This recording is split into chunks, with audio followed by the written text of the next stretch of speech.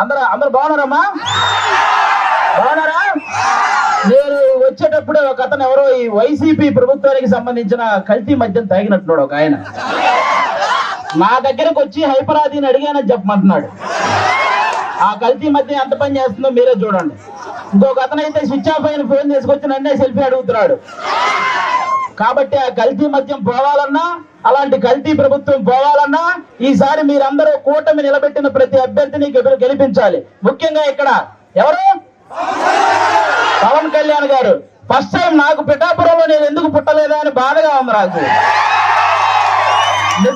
నిజంగా పిఠాపురంలో పుట్టుంటే బాగుండేది, డైరెక్ట్ గా పవన్ కళ్యాణ్ గారికి ఓటేసి అదృష్టం ఉండేది కదా అని బాధపడుతున్నాను నిజంగా నేను. కాబట్టి ఇవన్నీ మీరు గమనించి ఈసారి పవన్ కళ్యాణ్ గారిని భారీ మెజారిటీతో గెలిపించాలి. దానికోసం ఇక్కడ కృషి చేస్తున్న మన వర్మ గారికి, అలాగే బీజేపీకి సంబంధించిన కృష్ణరాజు గారికి, ఇద్దరికి కూడా చాలా పెద్ద థ్యాంక్ యూ. అందరూ వాళ్ళిద్దరికి ఒకసారి గట్టిగా క్లాప్స్ కొట్టాలి మీరంతా. వాళ్ళిద్దరి సపోర్ట్ లేకపోతే ఇక్కడ ఇంత జరగదు. అలాగే ఈ వైసీపీ ప్రభుత్వం మిమ్మల్ని ఏం చెప్పి ఓటు అడుగుతుంది? మీ ఇంట్లో మంచి జరిగితే ఓటేయమంటున్నారు, అవునా? అసలు వాళ్ళ ఇంట్లో మంచి జరగలేదని ఇద్దరు చెల్లెలు రోడ్డు మీద తిరుగుతున్నారు, అవునా కాదా? మరి వాళ్ళ ఇంట్లోనే మంచి జరిగినప్పుడు మీ ఇంట్లో మంచి ఎలా చేస్తారో అది ఒకటి మీరు గమనించాలి, అవునా? ఇంకోటి ఏమంటున్నారు? మేము పొద్దున బటన్ నొక్కితే ఆడవాళ్ళ అకౌంట్ లో 10,000 రూపాయలు పడుతున్నాయి అంటారు, అవునా?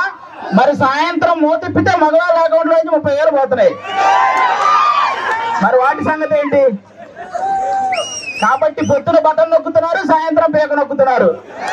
ఈ రెండు మీరు గమనించి ఓటేయాలి. ఇంకోటి ఏమంటారు ఆయన? ఫ్యాన్ ఇంట్లో ఉండాలి, సైకిల్ బయట ఉండాలి, గ్లాసు సింక్ లో ఉండాలి అన్నారు, అవునా?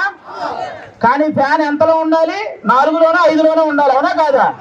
మీరే తెలియక లాస్ట్ టైం 151లో పెట్టారు, అందుకే కరెంటు బిల్లులు ఎక్కువైనాయి. కాబట్టి ఆ 151లో ఉన్న ఫ్యాన్ రెగ్యులేటర్ తగ్గించి మీరంతా 4లోనో 5లోనో పెట్టాలి ఈసారి. అప్పుడే మనందరం హ్యాపీగా ఉంటాం, అవునా కాదా? ఇంకోటి ఏమంటారు ఆయన? మేము సింగిల్ గా వస్తున్నాం, మీరంతా కలిసి వస్తున్నారు అంటున్నారు, అవునా? మన ఇంట్లో ఒక దొంగ పడితే ఏం చేస్తామమ్మా మనం? ఒక 3-4 కలిసి తరిమి కొడతామా లేదా? మరి రాష్ట్రంలో ఇంతమంది గజ దొంగలు పడితే మరి తరిమి కొట్టాలా లేదా అమ్మా మనందరం? మరి కలవాలా లేదా? చెడుని చంపడానికి ఎప్పుడూ మంచి కలిసే వస్తుంది, అవునా కాదా? ఇక్కడ రీసెంట్ గా వంగా గీత గారు వడదెబ్బ తగిలి పడిపోయారని విన్నారు, అవునా?